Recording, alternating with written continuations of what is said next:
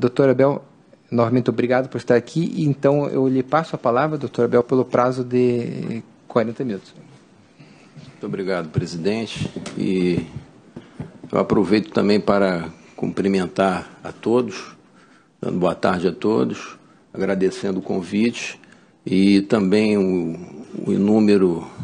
a inúmera quantidade de amigos que eu vejo aqui hoje, de longa data. Eu cumprimento, se eu fosse enumerar todos, ficaríamos aqui alguns minutos dos 40 minutos, mas eu aproveito para cumprimentar todos na pessoa do desembargador Márcio Rocha, que é o atual diretor da escola, da 4ª Região, e do desembargador João Pedro Gebran, que é o coordenador acadêmico desse curso, e também agradecer a oportunidade e o convite de poder estar aqui entre todos para esse debate aí em torno do tema.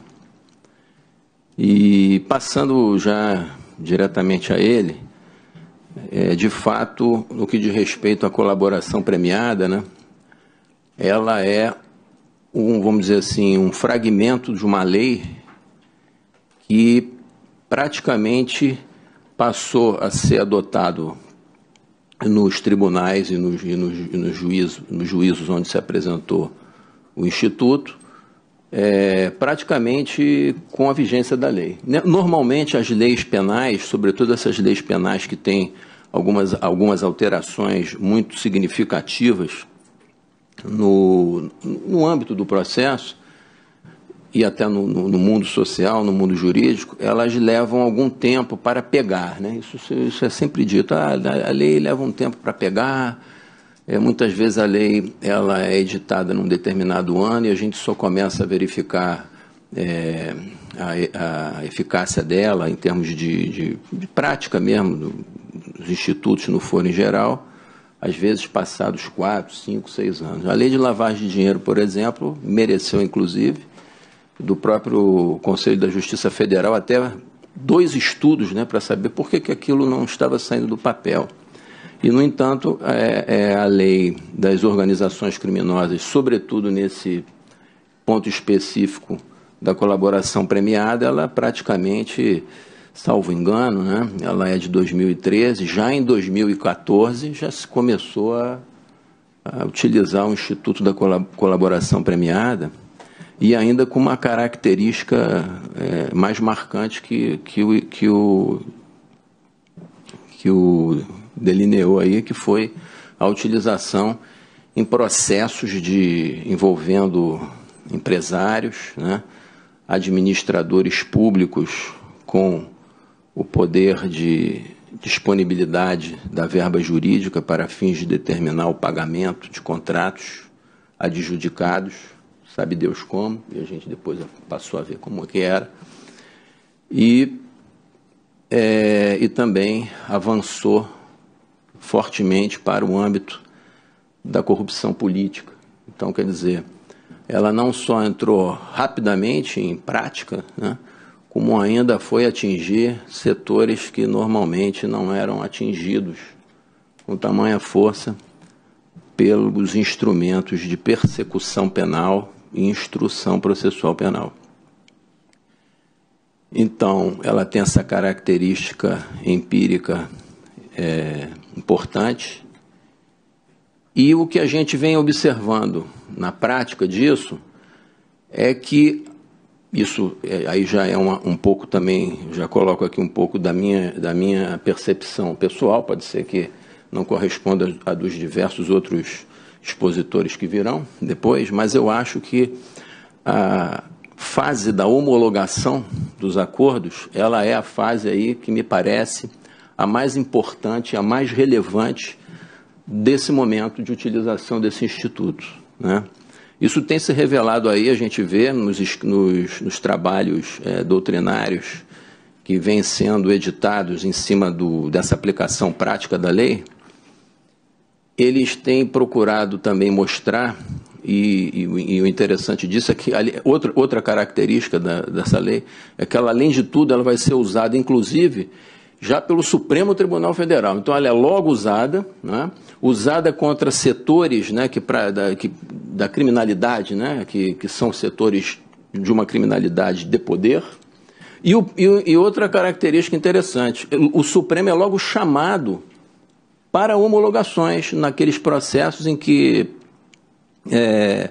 por razões óbvias, eles foram, por prerrogativa de função, o primeiro juiz do processo, o juiz natural daqueles processos, então os relatores precisavam de imediato fazer essas homologações diante desse cenário em que a lei nem chegou a ter aquela maturação entre a teoria e a prática. Então, a gente encontra na doutrina muita menção, a gente vê isso, a muitos processos em que essas questões vêm sendo decididas. E o mais interessante ainda, processos que não são processos de maturação também da questão. Ou seja, ou são questões de ordem, ou são petições, ou são habeas corpus. Então, quer dizer, tudo procedimentos muito rápidos, em que a decisão precisa ser tomada de imediato e diante de um cenário realmente bastante novo. Quer dizer, não novo nesse aspecto que a lei trouxe, porque nós não podemos, e eu acho que isso é importante, porque grande parte da perplexidade que os operadores do direito, de um modo geral, vêm encontrando em relação à colaboração premiada, é exatamente, às vezes, por essa urgência de querer resolver o problema na prática e, às vezes, olvidando toda uma trajetória tradicional, dogmática, de institutos que estão na base da colaboração premiada. Porque a gente não pode pretender não estabelecer um vínculo na origem desse instituto, na base desse instituto, com a confissão, com os arrependimentos, de um modo geral. O arrependimento como causa de atenuante, né, quando o sujeito restitui o bem ou ressarce o dano, a confissão propriamente dita, o próprio arrependimento posterior.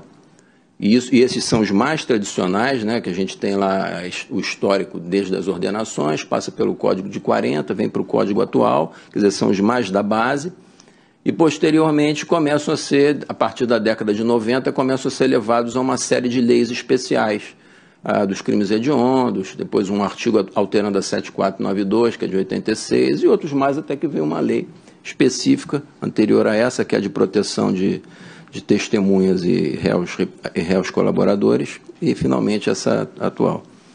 Então, quer dizer, muito do que a gente fica perplexo decorre de nós esquecermos que esses institutos integram o nosso sistema jurídico.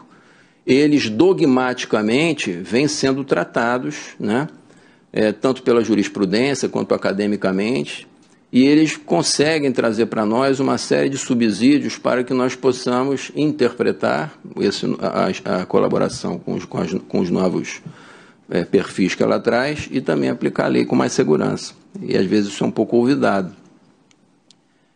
Então, isso é importante porque, como eu disse, a homologação me parece que é a fase mais importante dentro dessa concepção de colaboração premiada, né? E por que isso? Eu digo aqui o seguinte, eu tomei aqui uma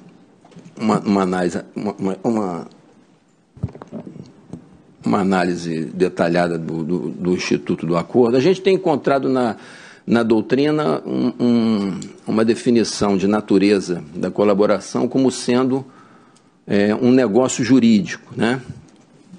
O Supremo entendendo que é um negócio jurídico processual personalíssimo e a doutrina entendendo como sendo um negócio jurídico bilateral que se caracteriza como um contrato, né? Isso realmente é uma diferenciação em relação a esse instituto e que tem realmente interferência na fase da homologação. Mas me parece que, afora isso, o professor Badaró já até esteve ali falando a respeito, deu um spoiler ali, né? Mas ele vai tratar provavelmente na parte dele, que é a questão do negócio jurídico no âmbito do processo civil.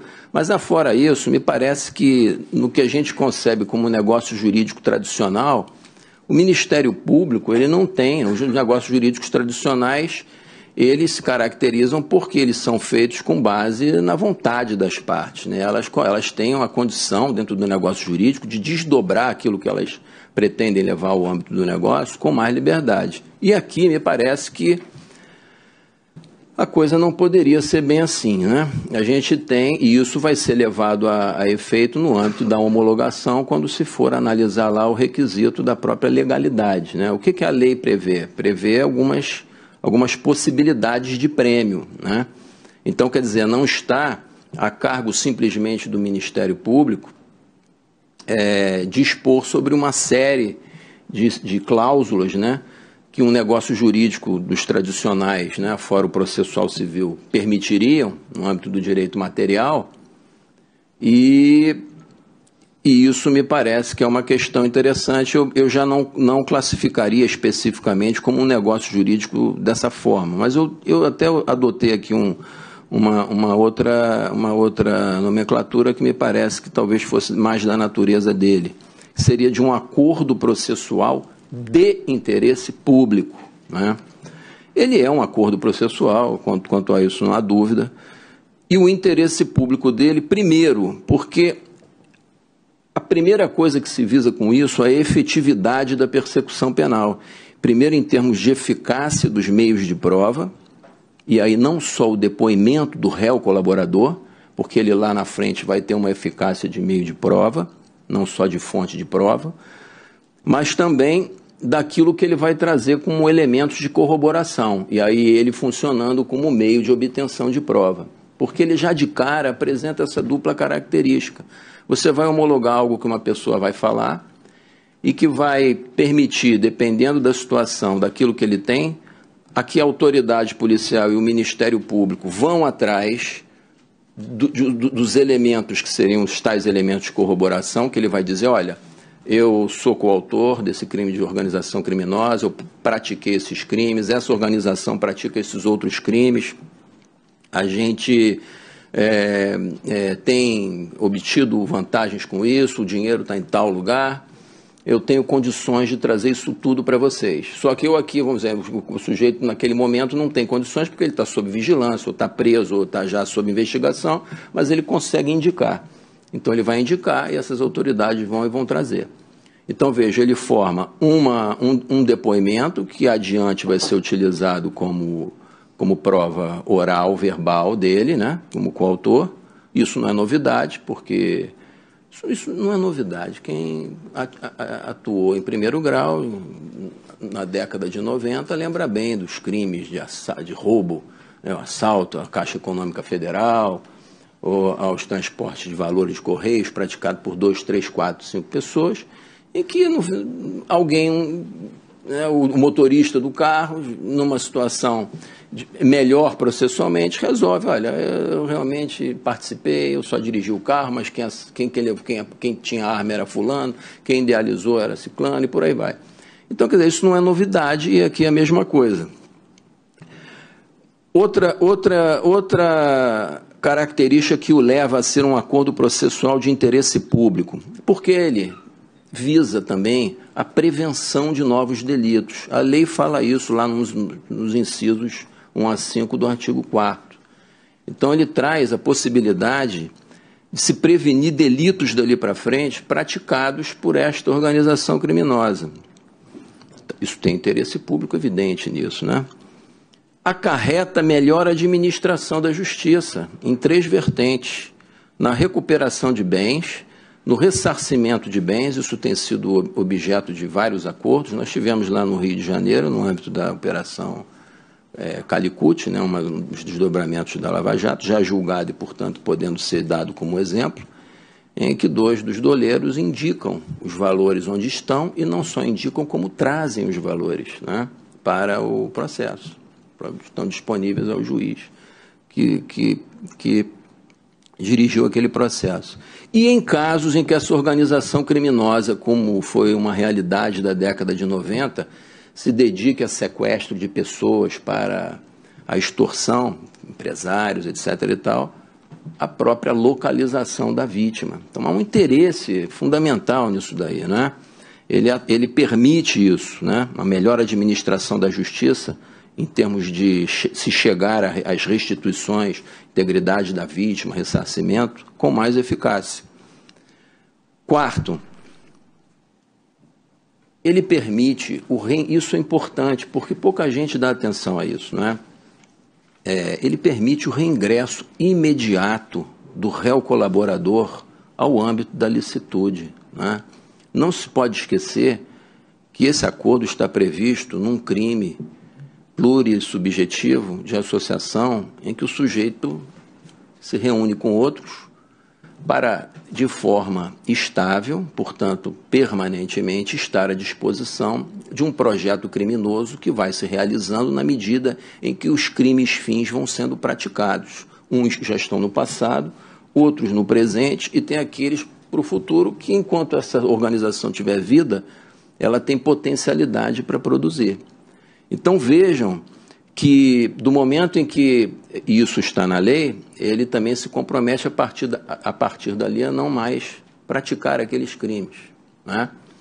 Ou seja, é um reingresso imediato dele, daquele sujeito, na licitude da qual ele se afastou ao integrar uma organização para fins ilícitos, cujo bem jurídico tem origem constitucional. Artigo 5º, inciso 17. Né?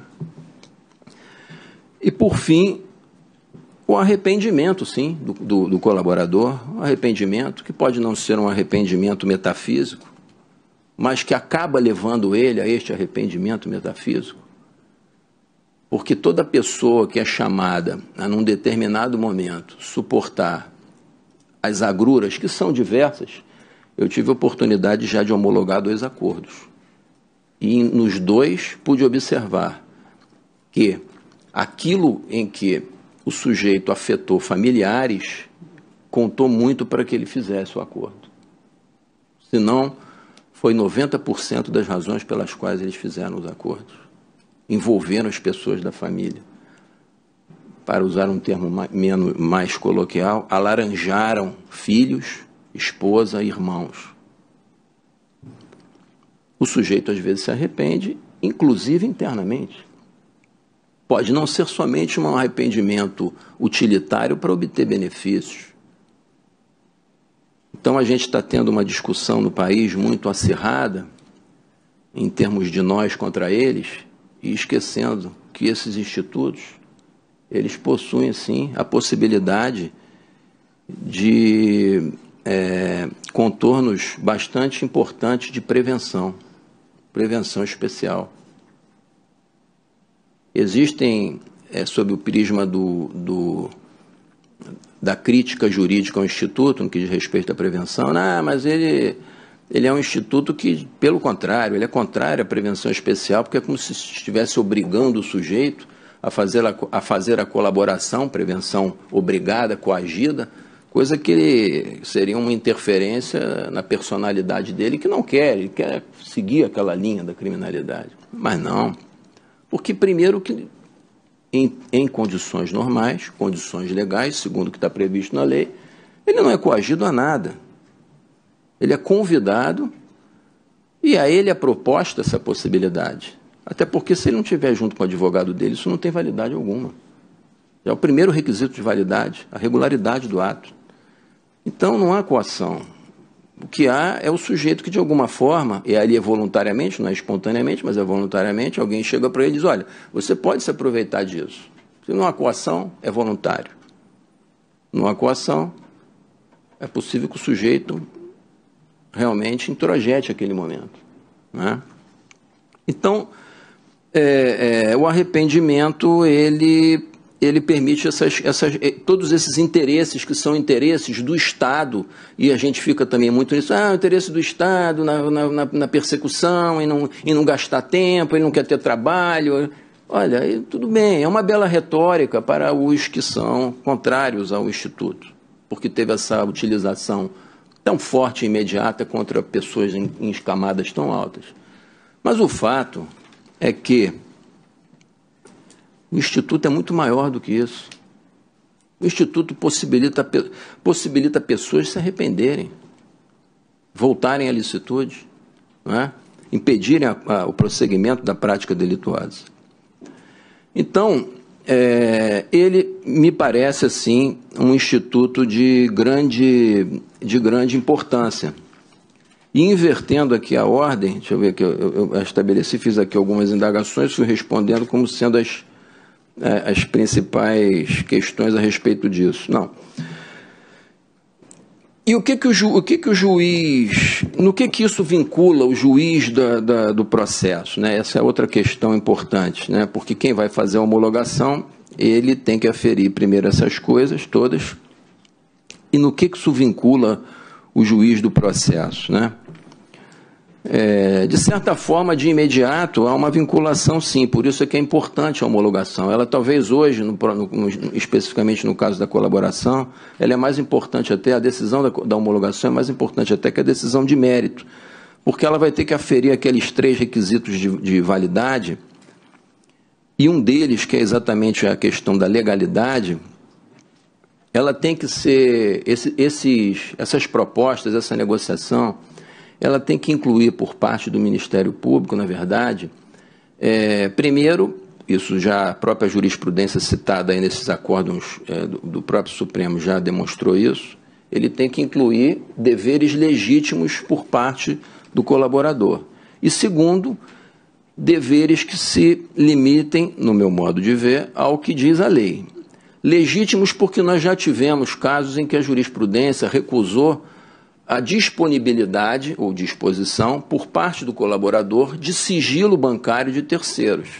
Ilegítimo porque seria ilícito se adentrar essa parte ou sem a autorização da pessoa ou sem um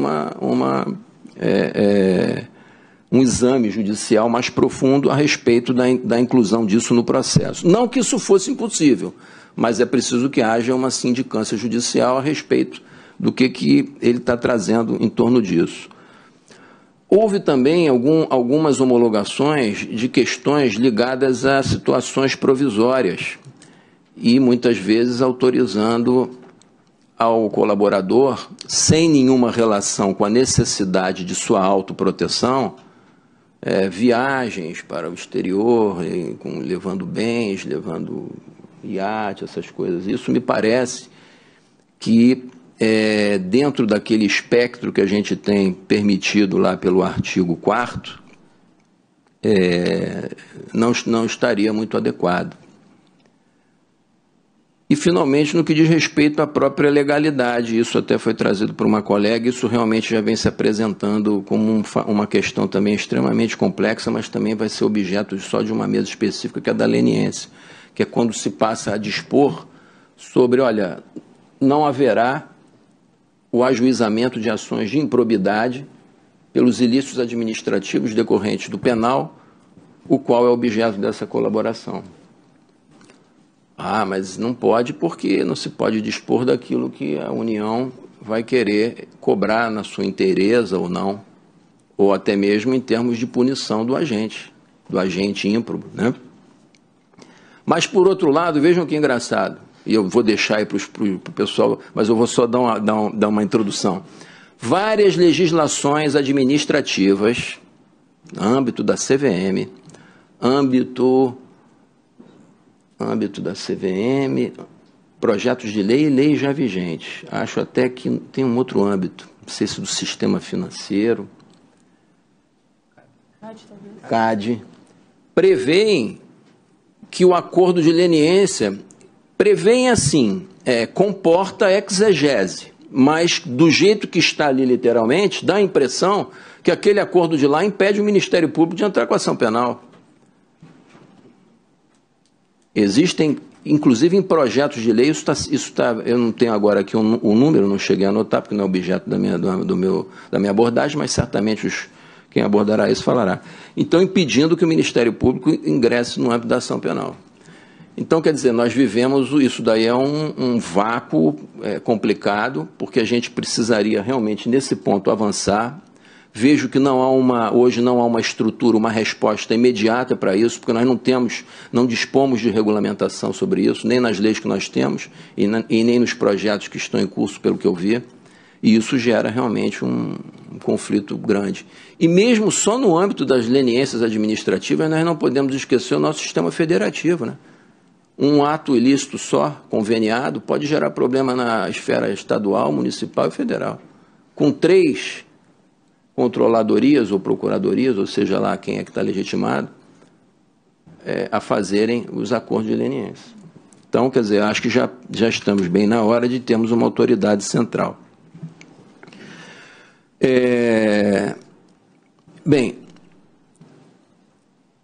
outra coisa importante que eu gostaria também de mostrar da importância da homologação é que ela tem um papel relevantíssimo, e aí vem aquela questão do respeito ao que é proposto ao colaborador, ao final, né? Então, o que nós temos ouvido muito dizer, mas o juiz da sentença está vinculado ao que está no acordo, porque se trata de um direito subjetivo do colaborador. Mas por que é um direito subjetivo do colaborador? Vamos dar um pouquinho mais de base a isso. A gente tem que convencer mais as pessoas da importância de se seguir o acordo, o que joga para o momento da homologação a maior responsabilidade e a maior possibilidade, o maior dever do juiz de verificar esses requisitos todos, que é o seguinte: é um direito subjetivo do colaborador? Um direito subjetivo público dele movido contra o Estado. Isso não é novidade nenhuma, nós temos vários tipos de direitos que se aborda com essa natureza jurídica. E por quê?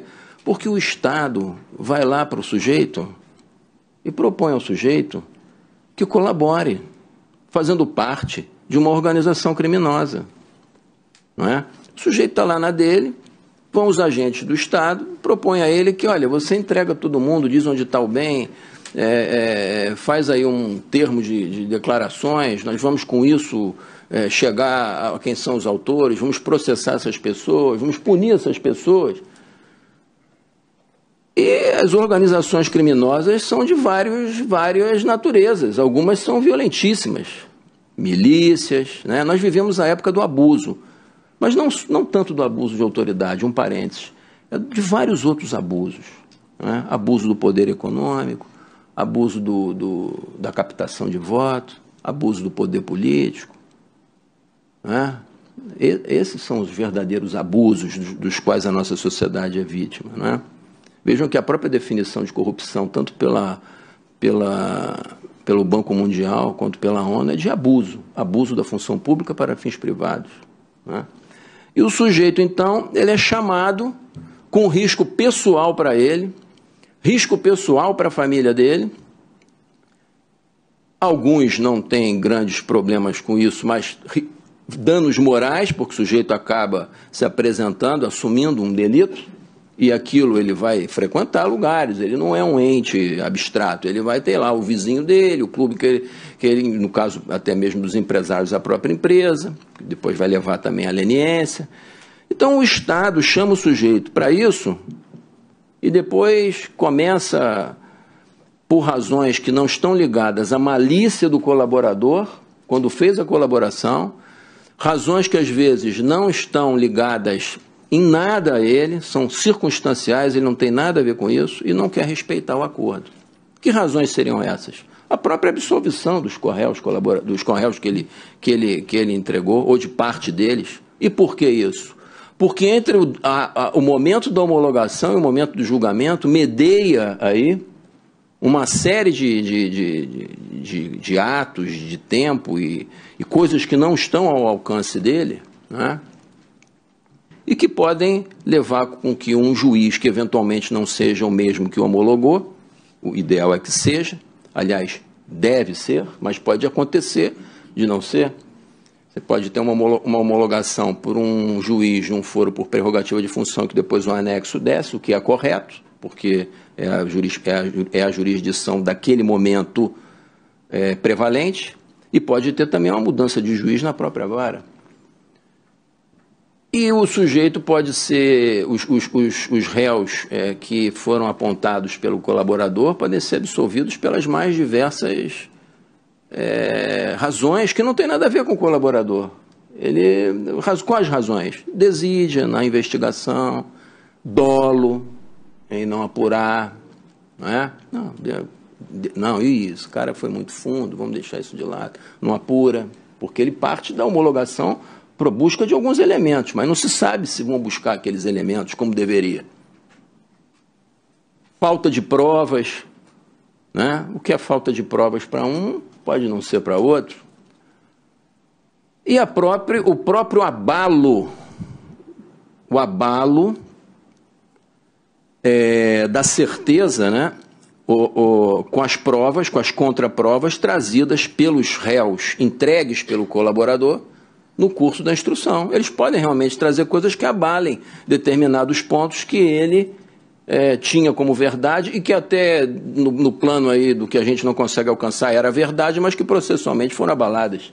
E ainda podem ter álibis trazidos pelas pessoas que ele entrega, e essas pessoas trazem álibis e conseguem de alguma forma, sabe Deus como, provar esses álibis.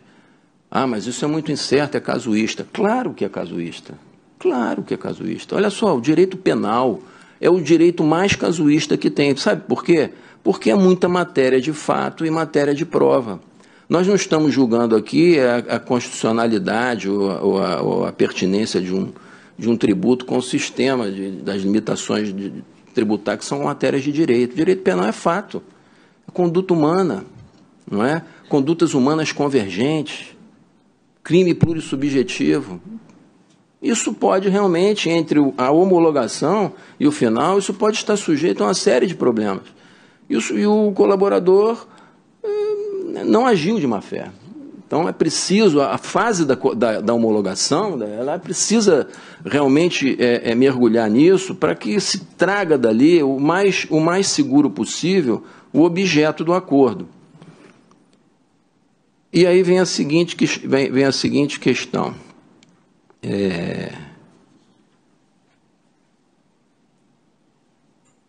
A homologação é incompatível nesses termos que você está falando aqui, né?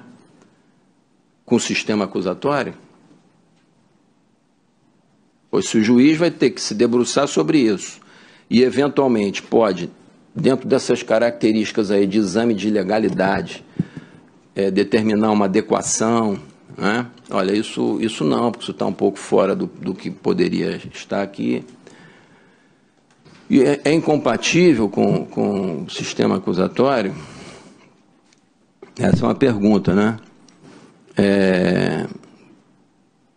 Olha, eu peço licença assim, para dizer que uma das obras, temos aqui um grande processualista, o professor Badaró, de quem eu sou fã também, mas há uma obra no direito brasileiro do professor Mauro Fonseca Andrade, que na doutrina nacional me parece a que melhor analisa histórica e materialmente o sistema acusatório, né? E se nós formos levar em consideração a atuação do juiz na hora da homologação diante desses requisitos com o que é colocado ali, me parece que realmente não há nenhuma incompatibilidade, né?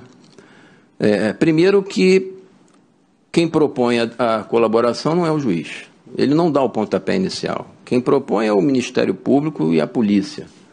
Eu teria até uma ressalva aí no aspecto da polícia, que me desculpem os delegados de polícia, mas acho que o Brasil precisa se definir o que quer, né? Qual o papel que ele quer para o Ministério Público, né? Mas isso é outra, se der tempo eu falo. O juiz é absolutamente inerte no processo de proposição e no processo de levar a cabo isso, tá? Vou marcar. Outra coisa, imparcialidade do juiz. A imparcialidade de um juiz hoje está muito mais ligada a fatores intrínsecos do que extrínsecos ao juiz. Os fatores que mais levam à imparcialidade não são fatores de ordem processual, são fatores de ordem interior, interesses, recalques, má formação, falta de vocação, falta de consciência do que é ser um juiz, saber que é uma luta diuturna com as paixões dele próprio. Aí é que está o problema da imparcialidade do juiz. e da parcialidade. Não é? O problema não está num processo regulado como o nosso, ele desempenhar determinadas funções de controle. São funções regulatórias e ordinatórias do magistrado. Então, eu não vejo, pelo contrário, eu acho que dentro do nosso sistema, em que o Ministério Público, ele é, como todos nós, né, ele é arregimentado por um concurso público, tem prerrogativas que o tornam independente, independência funcional do Ministério Público, vitalício, e que, portanto, não são levados, né, à sindicância popular através da votação, como nos Estados Unidos, em que a má atuação do Ministério Público, fazendo ou não fazendo acordos que deveria ou não ter feito e, portanto, repercutem na não eleição dele, a melhor maneira continua sendo a gente observar as nossas tradições processuais. Não há por que buscar determinados pontos lá fora. O nosso processo, a gente tem uma tradição, um histórico, não é? Ele já está montado, já está estruturado, as instituições já funcionam assim. E é o sistema de freios e contrapesos. O juiz não vai se miscuir naquilo, mas ele vai controlar a legalidade de alguns atos com os instrumentos legais que estão colocados à disposição dele há muito tempo. E volto a dizer, a imparcialidade é interior. Não tem nada a ver com o desenvolvimento de funções ordinatórias no processo. A gente precisa entender isso de uma vez por todas, para melhorar as coisas. E aí, então, a melhora sobre a imparcialidade está em outros setores da organização da magistratura, e não nesse setor aí. Então, no meu modo de ver, não há nenhuma incompatibilidade em relação à atuação do juiz num controle mais efetivo dos 3 requisitos de validade. Por quê?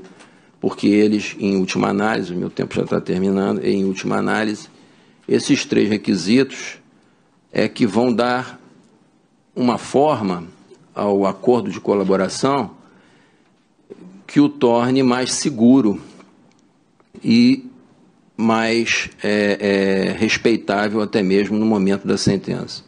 Eu tinha feito aqui algumas outras observações, a questão uma outra coisa assim que me chama a atenção também são os acordos feitos após a sentença, né, após a sentença de primeiro grau, na fase de recurso de execução, que no meu modo de ver,